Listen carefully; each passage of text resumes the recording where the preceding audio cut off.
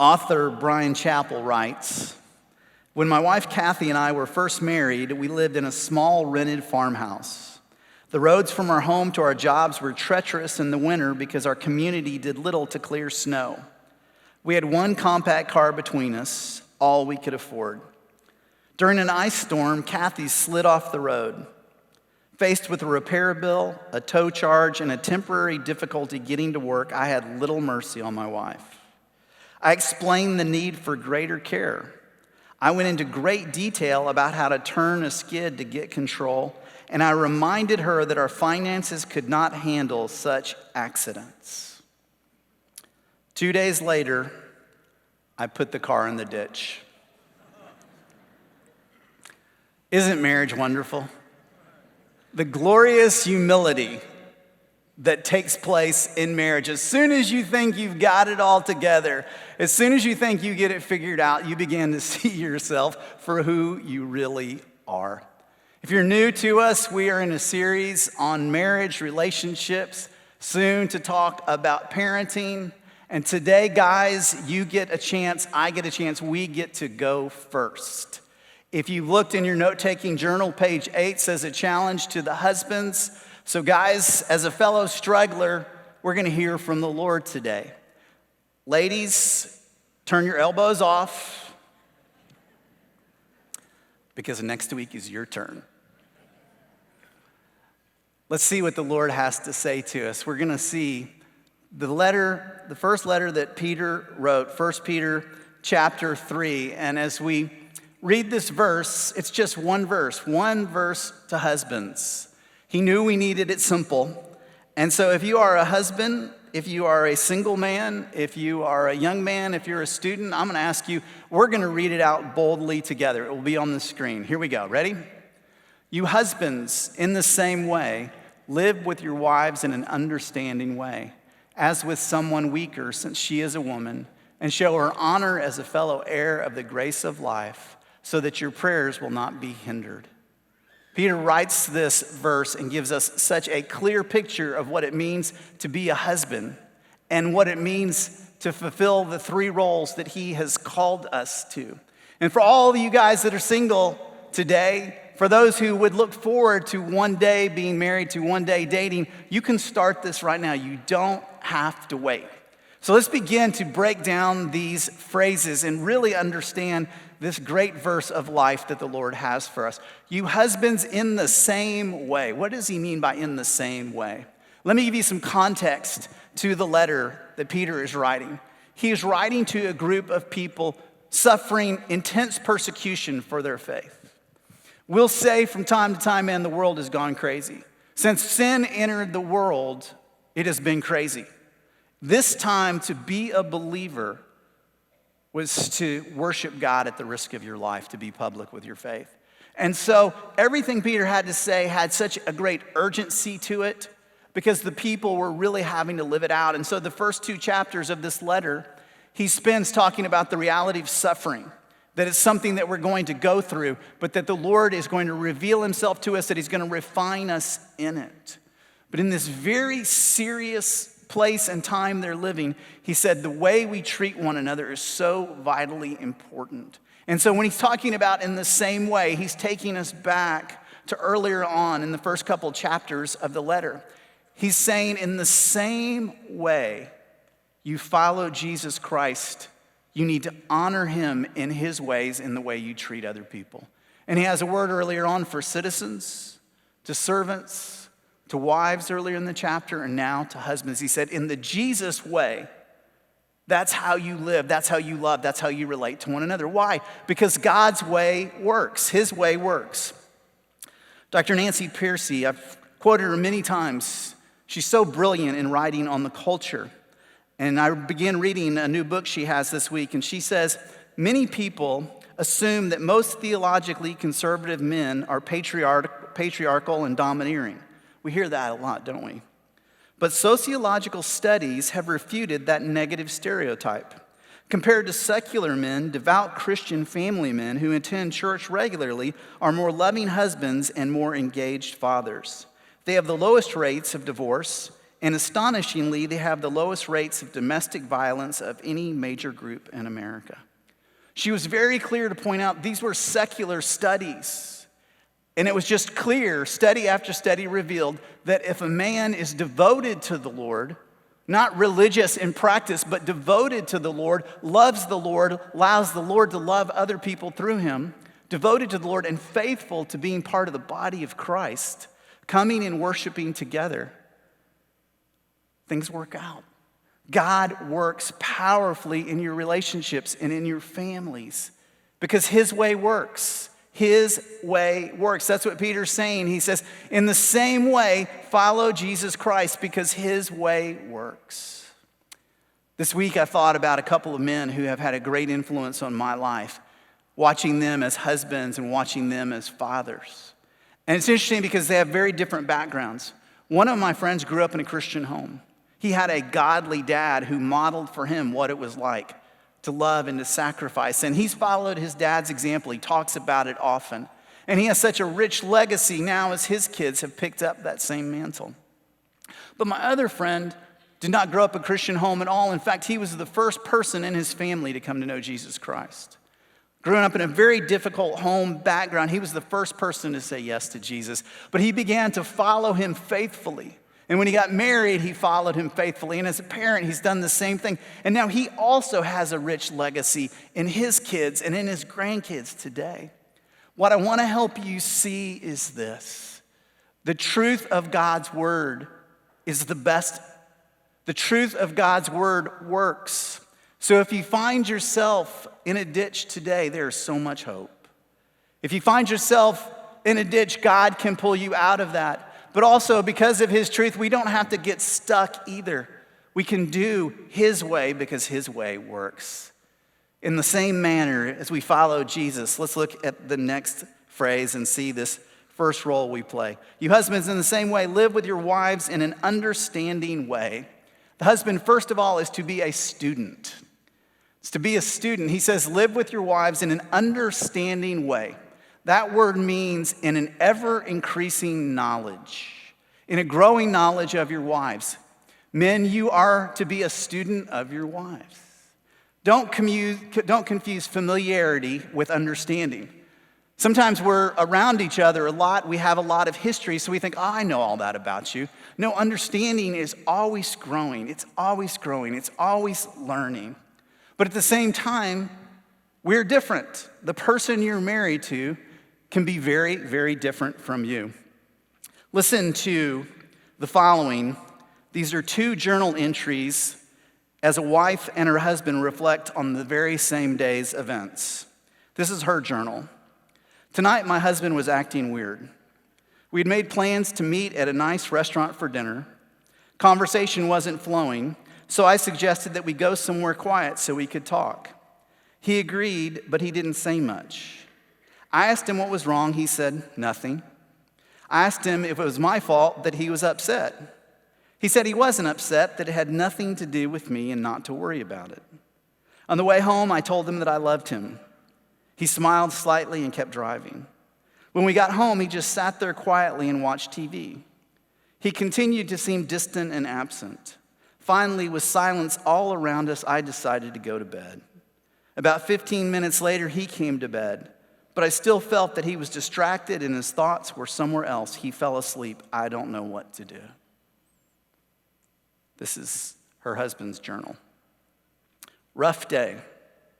Boat wouldn't start. Can't figure out why.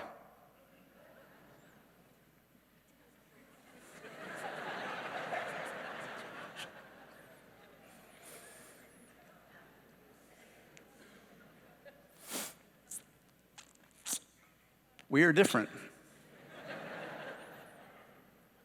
We are different. Now, the thing about it is, sometimes the difference that we have can be the way we process things. Some of you guys are verbal processors. You like to process out loud. Some of you are very internal. You want to get quiet. You want to think about things. But what we would tell this brother in our story right here is, buddy, you got to get with it. You got to pick up on her cues. Obviously, something was going on. She was expressing some insecurity, he had opportunities to reassure her. He was not being a student of his wife. He was just living, as we say, in the nothing box. What's the nothing box? It means we can think about nothing all day long and be fine with it. He needed to get out of his nothing box and become a student of his wife, because that's what growing in wisdom is all about. This is what wisdom is. I love Proverbs on relationships.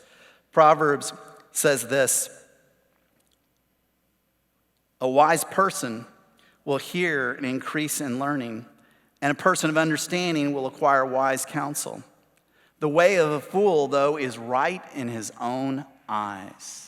If we are learning and saying, what's going on with you? I want to grow in knowledge of you, not to be prideful. What's foolish? Foolishness is saying, I've got it all together. I've got you figured out. No, it's always an ever-increasing joy of getting to know your spouse better, because we have to be willing to adapt. We change, different stages of life, different stressors, different things that are going on. We want to be students of our spouses.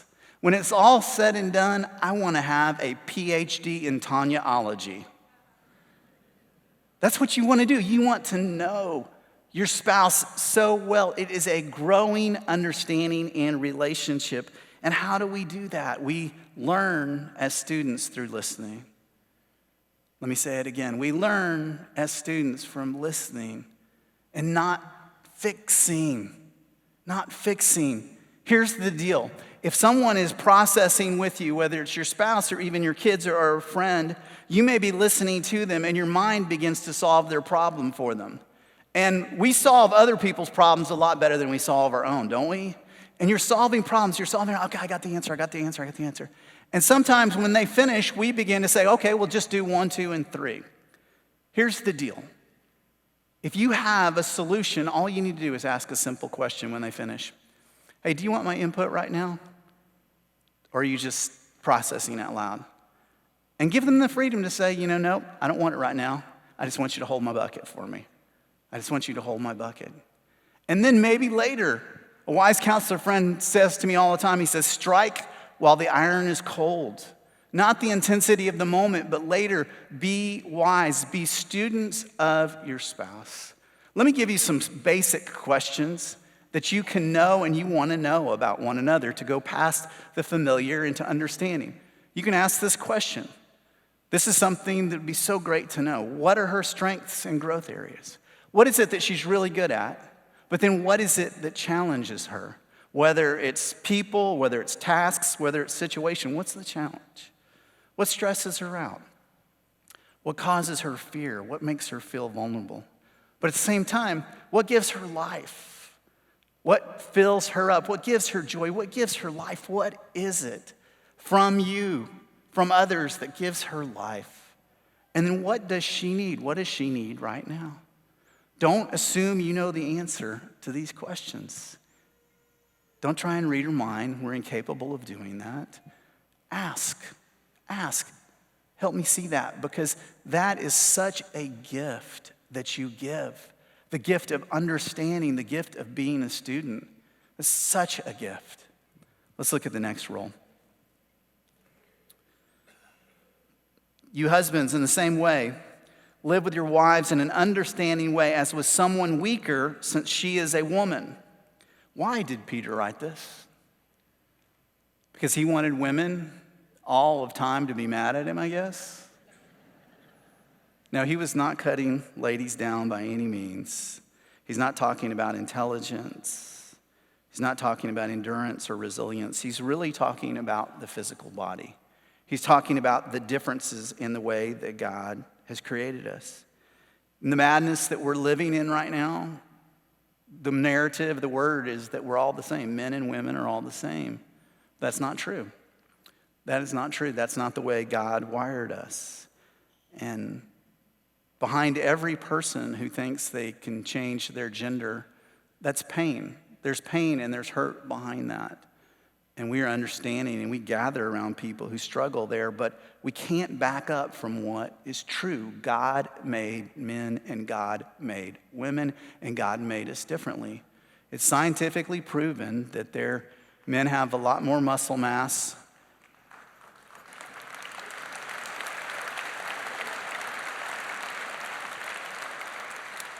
It's scientifically proven that men have a lot more muscle mass, a lot more natural strength than women do.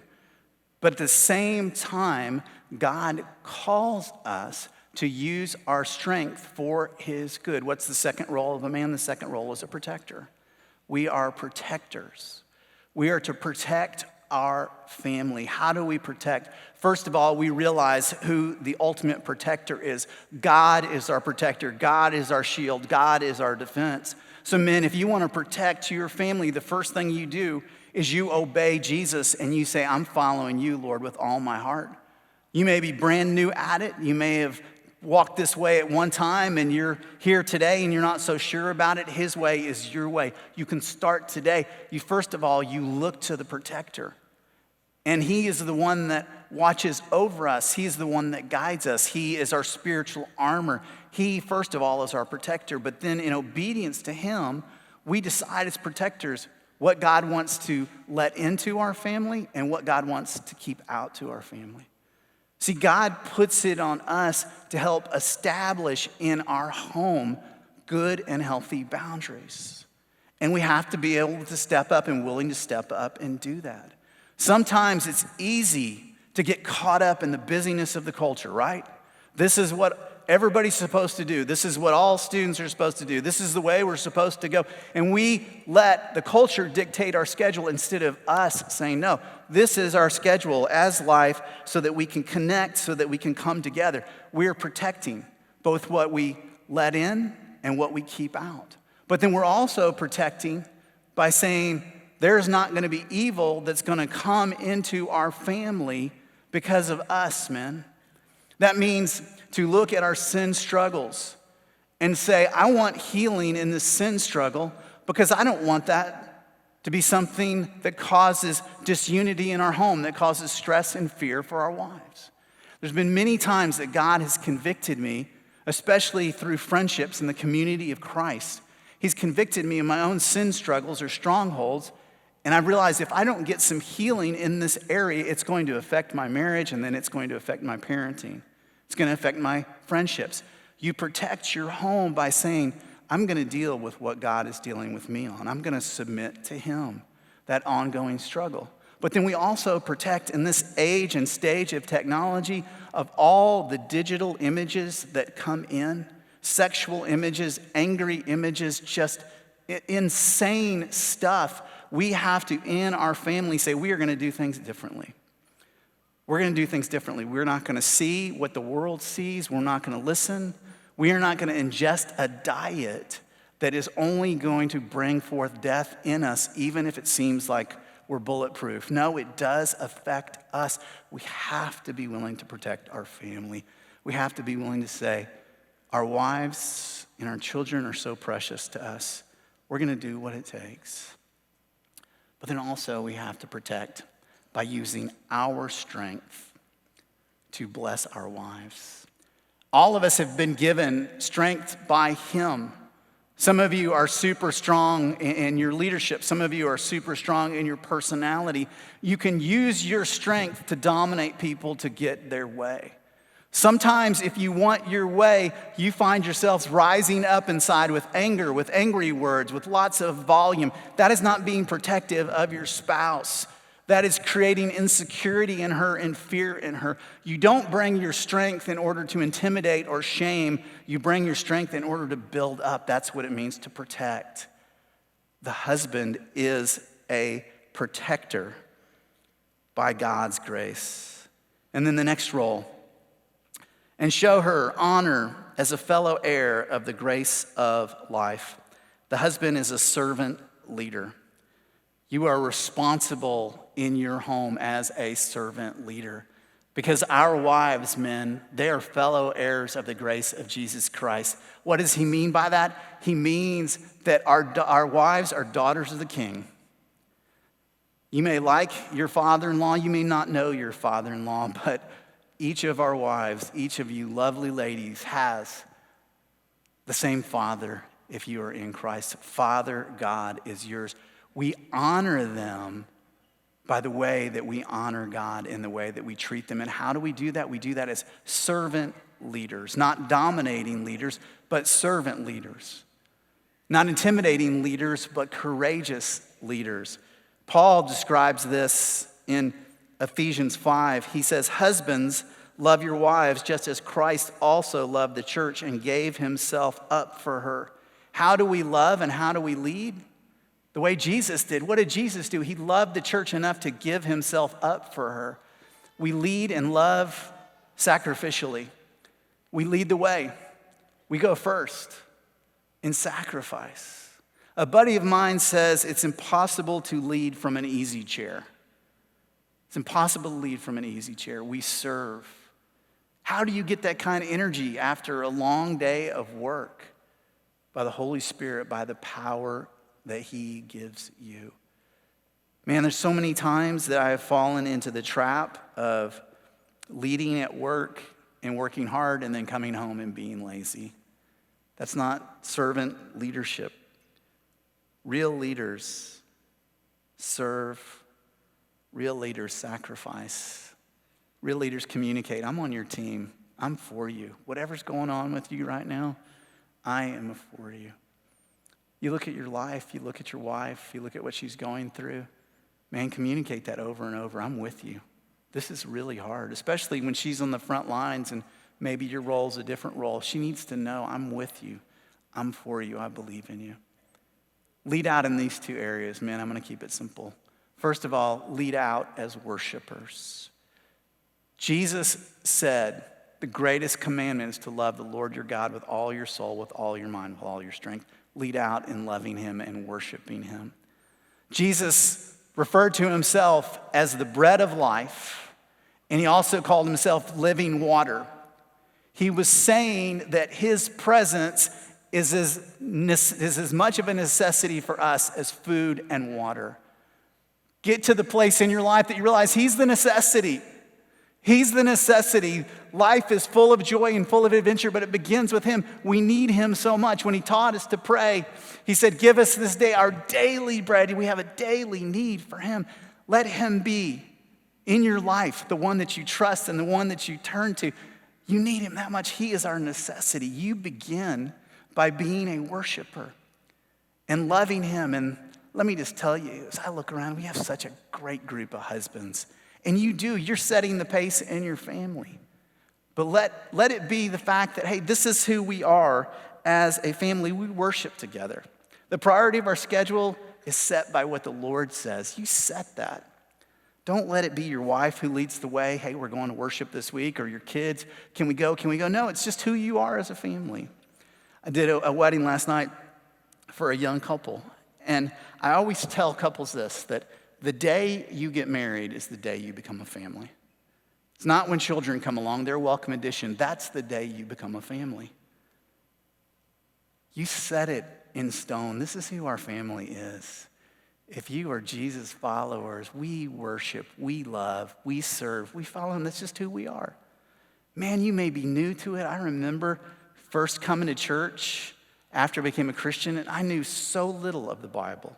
I was scared to death that I was going to get called on. We don't do that here, but we want to help you grow in knowledge of God. We lead out in worshiping. But then the second thing, this is so needful. We lead out in conflict resolution, because conflict is a part of every relationship, every friendship in the workplace, but especially in marriage, conflict is reality. But it's how we handle that conflict that makes all the difference in the world. Paul tells us, he says, be angry. He acknowledges anger. But he says, be angry, but do not sin. Do not let the sun go down on your anger. And do not give the devil an opportunity. See, when you have a conflict with someone that you care about, with someone really that you're in relationship with, take the leadership to say, we have to resolve this conflict. We have to, because if we don't, we're going to go to bed angry. And what happens? You're giving the devil an opportunity to attack. Husbands, we are servant leaders. We lead out in conflict resolution. Be a great forgiver. Be great at confessing. Have the humility to realize you don't have it together And instead of saying, I got to win this fight, no, we're on the same team. We are going to come together. We resolve conflict, lead out in that. In families that know how to repair, there's so much peace and there's so much freedom. But what happens sometimes is maybe in our earlier days of marriage, we're good at it. We keep short accounts.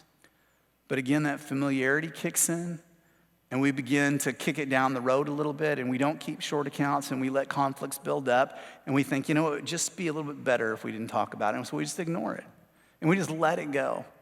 And those hot button issues become eggshell issues that we just avoid. And there's no intimacy, there's no closeness in that. And at the same time, there's some of us that have hurt one another so deeply that we've let all this hurt stack up inside.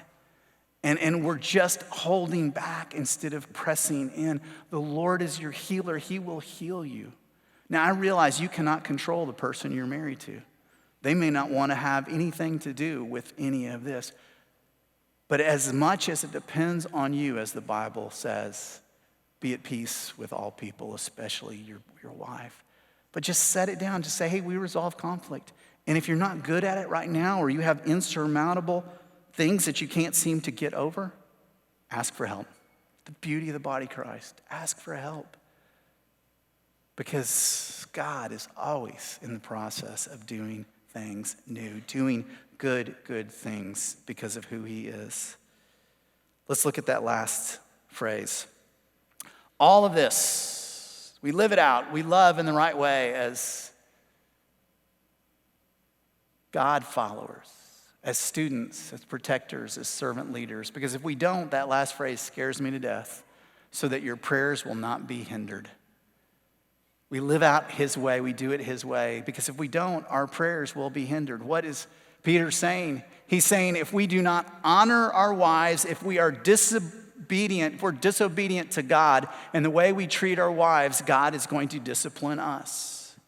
He's not saying, hey, if you're trying, he's not saying, hey, it's a big deal, but I'm searching you, Lord, I'm submitting to you, I'm trying to do my best. He's not saying that. He's saying if we are opposed, if we're in rebellion to him, then God is going to say, okay, I'm going to let you stay in that ditch. And that ditch is a very painful place to live.